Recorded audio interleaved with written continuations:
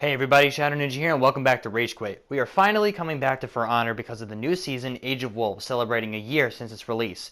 Now, it was said that this particular season we won't be getting any new heroes or maps, but that we will be getting dedicated servers and character reworks. Did Ubisoft fix the core elements that brought this game down?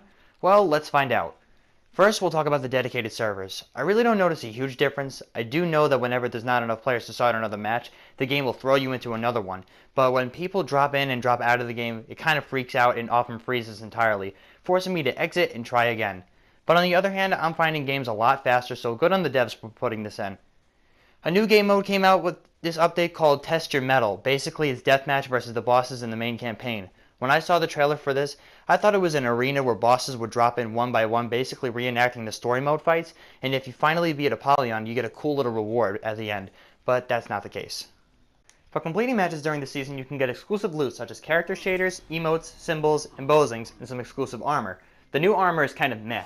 They're more or less just reskins with different textures. Here's what Warden looks like with all of the armor in that set and all the weapon parts in this set. You can start getting the armor at any level your character is, and you can follow through with all the rarities of your gear.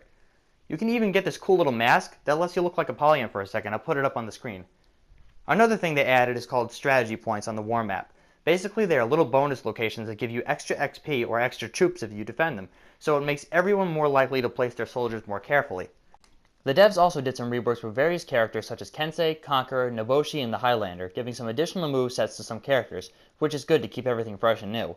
Tired of seeing an obscene amount of salvage on your screen that you'll never use? Well, I was, but now there is a feature to give you bonus XP by trading in salvage. The cost increases every time you use it, but it is reset to 500 every day and cannot be used if your hero is maxed out in gear score. Those are some of the major changes, but what about the road ahead? For Honor had a successful first year aside from the minor missteps, such as putting in dedicated servers this late into the game's lifetime. I personally hope they don't stop supporting this game. A new map, or maybe even some characters, would be awesome. I mean, look at Rainbow Six Siege. The roster keeps growing and growing. Or maybe they'll make a For Honor 2 with 3 completely new factions and a new story. There are a lot of opportunities, but overall I think they are trying their best to put out good content. As for every game, the future is unknown, but did the update fix everything wrong with the game? No.